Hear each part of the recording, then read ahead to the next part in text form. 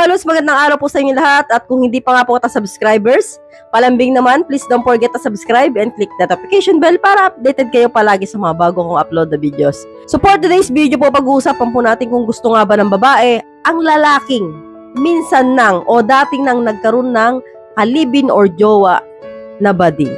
So alam ko marami sa inyo nagtatanong sa isip ninyo, paano kaya ako malaman ng babae na karelasyon ko ngayon na dati akong may kalibin na bading, na dati ako may jowang bading.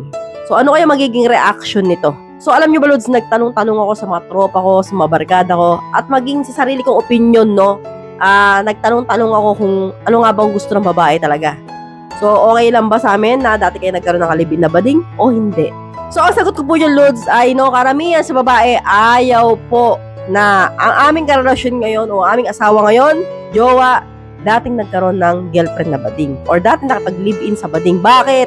Malaki pong pagkadismaya sa isang babae kapag nalaman po namin na ang lalaking asawa namin ngayon, jowa namin ngayon, ay dating nagkaroon ng bading na jowa. So kasi po, para po sa aming mga mata, hindi po normal yan. Sorry po, pero prangka lang po ako dito, no? Ako po, para sa akin, no? Para sa akin muna, sarili kong opinion.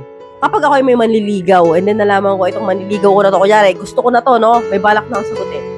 And then nalaman ko na dating nagkaroon ng kalibin na bading. So disappointed kagad ako dyan, no? Red flag kagad sa akin. So hindi ko na siya sasagutin. Kasi para sa amin kadiri, no?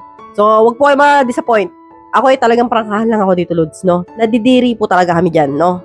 So siguro naman kayo, Lods, no? Baliktarin po natin. Kayo po ay ang nililigawan ninyong babae ngayon or ang jowa ninyong babae ngayon ay dating nakipag-live-in sa tomboy. Ano magiging reaction ninyo? So, anong matatakbo sa utak mo na iisipin mo pa lang na, ay, itong asawa ko ngayon, ito yung girlfriend ko ngayon. Kumakain ng kapwa niya pompiang. So, isipin mo pa lang para sila pompiang nagkakainan. Diba? Siyempre, madidismaya ka rin. So, ganoon din kami mga babae. Kaya, Lods, much better na kapag po kayo ay may dating nakaraan na ganyan, wag na nyo na po sasabihin sa babaeng karelasyon nyo ngayon. Kasi po, hindi po yung nakakatulong sa relasyon ninyo. So, sa halip, madidismaya po ang babae sa inyo. Kasi, Lods, no, bato-bato sa langit ang tamaan, huwag magalit, no? Ang tingin ng babae sa mga lalaking ganyan ay madumi na, no? Kumbaga, parang, ang iniiwasan kasi natin dito, Lods, yung, alam nyo na, yung sakit na HIV, di ba? Kapag po ang lalaki, dating pumapatol sa bading, alam nyo naman, nagtitirada sa puwet po yan, di ba? So, baka isipin namin, may mindset kami na, ay, baka meron to. So, baka mahawa ko. O, syempre, nag-iingat lang din yung mga girls, no? Kaya po, minsan talaga, no, kapag nalaman talaga namin na ang isang lalaki, dating may jowang bading, big disappointed po sa amin yan.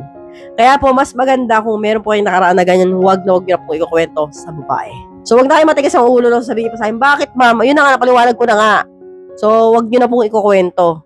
Kasi po, hindi po yung nakakadagdag ng pagkagwapo mo. Sa halip nakakabawas po yan, no?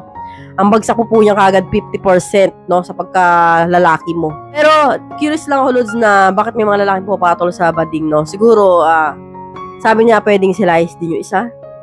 Pwede naman talagang, pwede sa pera. O pwede naman sigurong naghahanap siya ng kalinga na hindi niya matagpuan sa isang babae. Kaya pumatol siya sa bading. So hanggang dito na lang po tayo, mga Lods. I hope you learned something new in this video. More videos to come. So stay connected and see you again to my next video. God bless. Bye-bye!